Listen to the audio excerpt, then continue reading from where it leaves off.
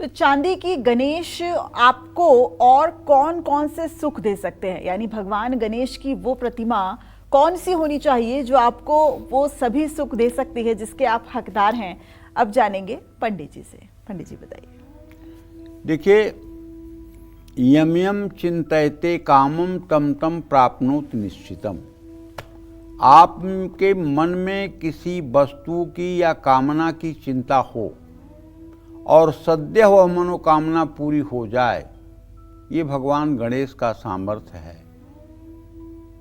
इसीलिए समस्त देवता भी गणेश की पूजा सर्वप्रथम करते हैं। ऐसा नहीं कि केवल हम मनुष्य ही गणेश की पूजा करते हैं, गणेश की पूजा सभी देवता भी करते हैं। तो भैया, मानसिक शांति के लिए गणेश जी की प्रतिमा को हर रोज गंगा जल से अभिषेक करना चाहिए। ओम सहस्रशीर्षः पुरुषः सहस्राक्ष सहस्रपाद स भूमि ग्वं सर्वतः स्मृत्वा ततिष्ठ दशांगुलम पुरुषय वेद सर्व यद्भूतं यच्च भाव्यम उतामृत शेषानो जदनेन्नातिरोहति। तो इस तरह से अपने YouTube में पुरुष सूक्त बजा दीजिए और दक्षिणावर्ती शंख में जल भर करके एक बड़ी थाली में गणेश जी की प्रतिमा रख करके और शंख के पूंछ की तरफ से जल गणेश जी की प्रतिमा पर गिराइए, धारा टूटने न पाए, कोशिश करिए। और पुरुष सूक्त का मंत्र चलता रहे। जब जल से आप स्नान करा लें तो इसी तरह से दूध से भी स्नान करा लें। दूध से स्नान कराने के बाद आप प्रतिमा को, अगर तांबे की प्रतिमा है तो इतने पर ही आप उन्हें पोंछ करके आसन पर विराजमान कर दें। अगर चांदी की प्रतिमा है तो फिर उसके बाद में आप गन्ने के रस से भी अभिषेक कर सकते हैं, शहद से अभिषेक कर सकते हैं, गाय के घी से अभिषेक कर सकते हैं, फिर दही से अभिषेक कर सकते हैं, फिर शुद्ध जल से अभिषेक करके और बढ़िया से प्रतिमा को पोंछ करके कमल के फूल पर उन्हें स्थापित करना चाहिए या पीले कपड़े पर स्थापित करना चाहिए।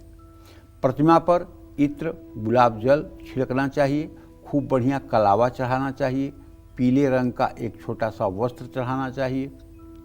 इसके बाद में चंदन लगाना चाहिए, धूप जलाना चाहिए, दीप दिखाना चाहिए, हाथ धोना चाहिए। फिर उसके बाद में उनके लिए भोग सामग्री अर्पित करना चाहिए। 56 प्रकार के व्यंजन और फल 2 थालियों में लेकर के गणेश जी को समर्पित करना चाहिए। और उसके बाद जल के लिए एक गिलास में जल लेकर के वो गणेश जी के लिए जल अर्पित करना चाहिए। ओम प्राणाय स्वाहा, व्यानाय स्वाहा, उदानाय स्वाहा, समानाय स्वाहा, अपानाय स्वाहा। अगर ये मंत्र आपको पता है तो आचमनी का ये 5 बार मंत्र भी आप बोल लें। और इसके बाद एक पान का बीड़ा गणेश जी के मुंह तक ले जाएं। ये सब करने के बाद दोनों हाथों में 5 बत्ती वाले दिए से गणेश जी की आरती कर लें और दोनों हाथ में कमल का फूल लेकर के गणेश जी का ध्यान करते हुए यज्ञेन यज्ञमय जंत देवा स्थान धर्माण प्रथमान्यासन्न तेहनाकम ते महिमानम स्वतंत्र पूर्वे साध्या संति देवा कहते हुए भगवान गणेश के चरणों में मंत्र पुष्पांजलि अर्पित कर दें।